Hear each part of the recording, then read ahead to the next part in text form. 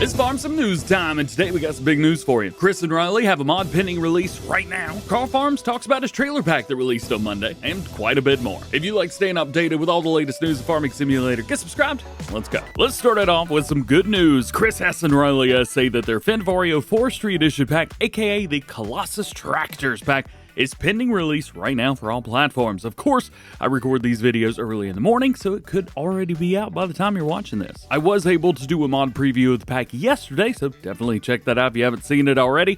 They go 200 miles an hour. It's pretty insane. Next, let's talk about Carl Farms, who has submitted an update for their Superior In-Dump Trailers pack that was released on Monday. This is going to be version 1001. Fix the trailer resetting to the shop with single wheel lift axle configs, fix the trailer component collision filters, and fix the cover option collision issue. One of the issues was the trailer resetting itself, or crashing the game when the lift axles on certain configurations contacted the ground. The issue's only with the single lift axle brand, so in the meantime use only the regular Lizard or Continental tires and not the single lift axle versions. Carl says that the issue snuck through as it comes from one of the new functions that was added in the last patch.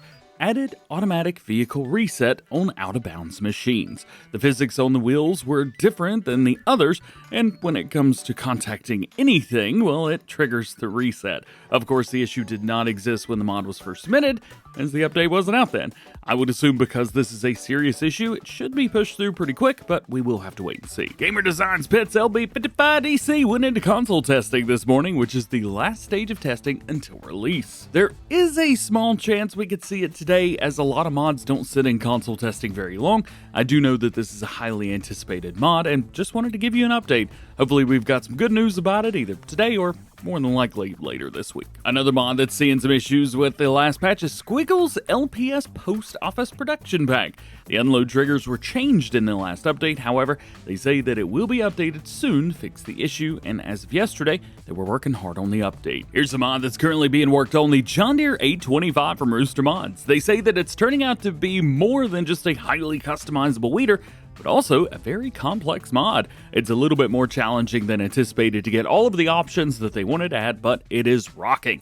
It's going to have spacing options from 30 inches, 36, 38, and 40 inches, so should be able to fit within a wide range of crops. Soil animations are up, and Rooster Mods is super excited for players to see it. However, it's just taking a little bit longer than anticipated. ADA Modding's adding their Duevelsdorf swing arm mower to the contracts menu. This mower is going to be getting an update to allow it to be used in mowing contracts in the game. So, not much more to say other than that, but I think it's pretty cool. Something a little bit different if you'd like to borrow the equipment rather than use your own. Carl TG's bringing back a mod from FS22, but completely changing it. It's really only the names returning. The motorcycle trailer. In FS22, it was pretty simple and was a bit smaller, with room for only one bike and no other bits. In FS25, there'll be a new version, which includes a ramp and some other options in the front, like a toolbox and what looks to be a fuel tank, although Carl didn't talk about them.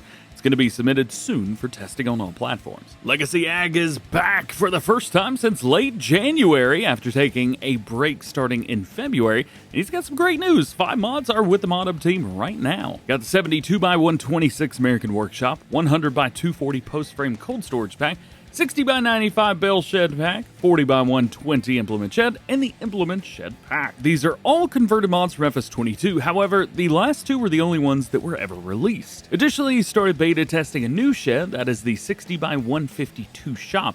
It includes a 60x60 shop area and a 60x92 cold storage area.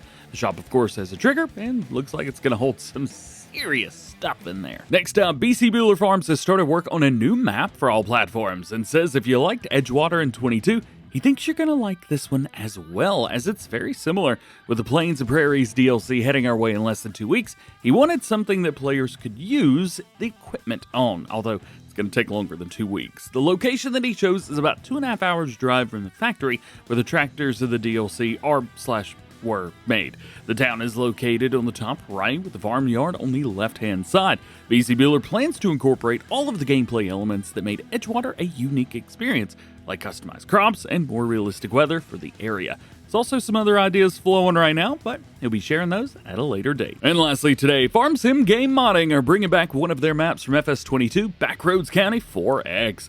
They made a little bit of progress so far, and well, they say that. I think they made a lot of progress. They say enough to call this a revamp rather than a conversion. They've also taken extra time to change some things up and more details and completely redone the road system. Many locations on the map will be recognizable from 22, but most of them have been changed up in some way. They're still working to finish things up and get it ready for Mod Hub. Being a 4X map, it is safe to assume that this is going to be PC only. However, we also have heard talks of maybe 4X.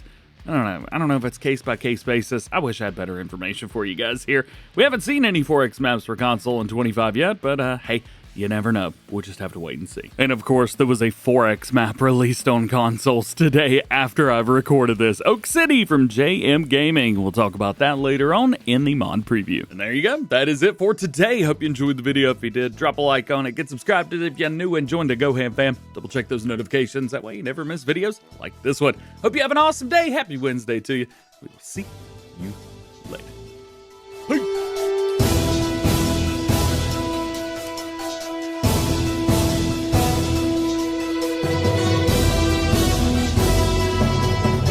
I don't know why, but like today's Farm Sim news just felt different. What was different about it? Was there anything different about it?